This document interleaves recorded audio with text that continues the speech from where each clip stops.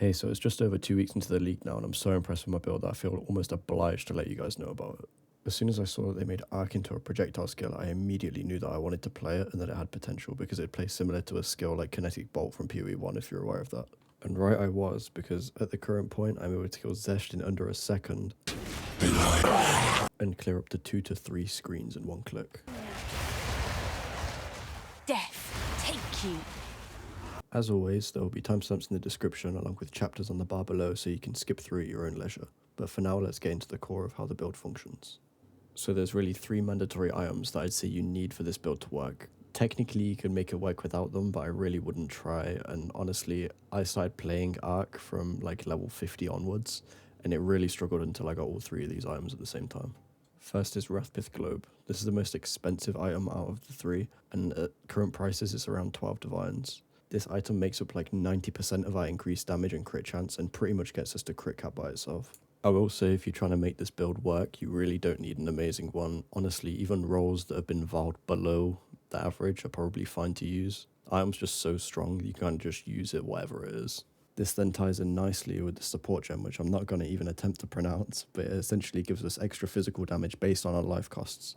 And at this current point in time, I'm seeing at 4,447 life cost, which you can then do the math that's giving us a shit ton of physical damage. Honestly, I have no idea how this even went through testing, because you can just take a look at it after playing the game for like 100 hours and just see that it's brokenly overpowered. The last required item is an Undying Hate in tribute to Tech Rod. What this item does is it changes nearby keystones into Sacrifice of Blood.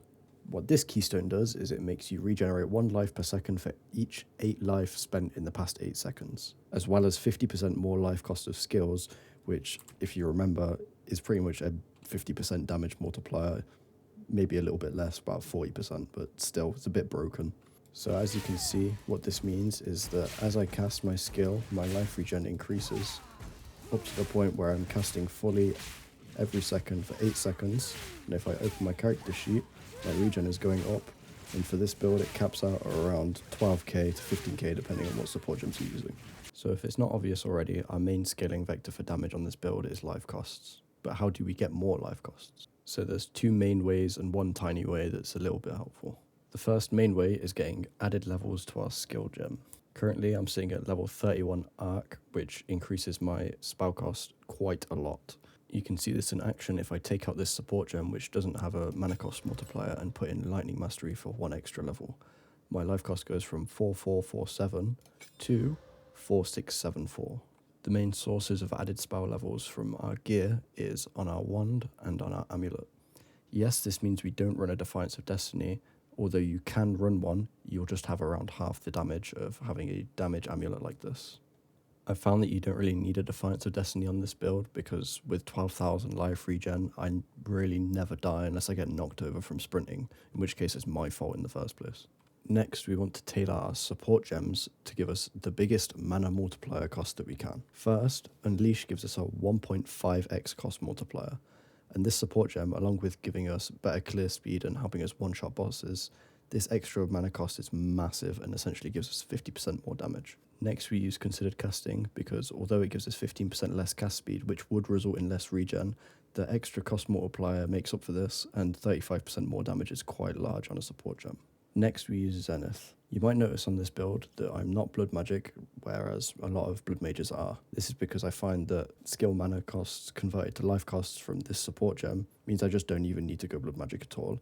And then let's just go Zenith, which is not only a 1.2x cost multiplier, also 30% more damage while I'm above 90% mana, which I pretty much am all the time because my skill does not use mana.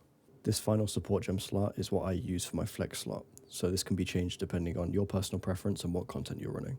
If I'm running a boss, I want more single target damage, and then I switch to Lightning Mastery, which is basically double damage. If I'm running a particularly rippy map where I want to clear from afar, I'll use multi-shot, and I can change how much the projectiles spread based on how close my cursor is to my character.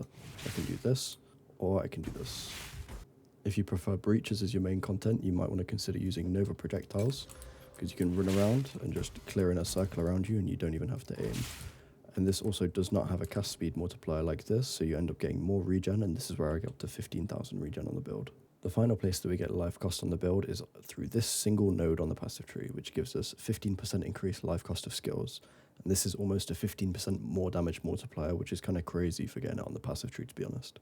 Speaking of passive tree, this is it. So we pretty much just go around getting as many crit nodes as we can, other than this one, which is deleted because of this jewel right here. We go around, we get this life cost of skills with a bit of life regen. Go up here, turn Arcane Surge into life regen. We get a bit of damage here, cast speed. All the way up here, these int nodes, because that means we can turn other int nodes into strength, which is more health. These crit nodes, more crit nodes, more crit nodes, life gain on kill. Crit nodes, life regen, max life, crit nodes, crit nodes.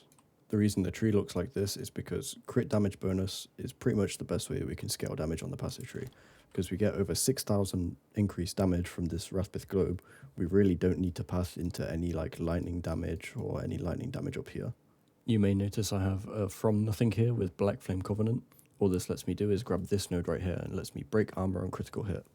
So we're doing mainly physical damage, and break armor is an ailment which increases enemy damage taken that's physical, so this is just a more damage multiplier. In our remaining jewel slots, I have Grand Spectrums, and these are 100% not necessary. And if you can't afford these, I would advise just getting rare jewels like this. This is a 4-stat jewel. You can literally get 3-stat jewels. It's perfectly fine. And I'll make sure I leave a weighted sum search in the description. For our Ascendancy, you want to start off with the Spell Leech. This helps a lot early game. Neo here for the 15% base crit. Then into this Progenesis node from PoE1, and then this last. I really wouldn't worry about getting this node if you can't finish the Ascendancy. I honestly forgot about this node. I forgot that I even had to do my 4th Ascendancy until like level 92 or something, because I just didn't need this damage. It's perfectly fine. And that's pretty much it. I'm going to make sure to include a tree and a gear setup for a build that doesn't use the +1 all spell skills runes in the wand. This is quite expensive at the moment. I understand some people might not be able to afford it, and there's an alternative setup that you can do that is not quite as much damage, but is more efficient given what you have.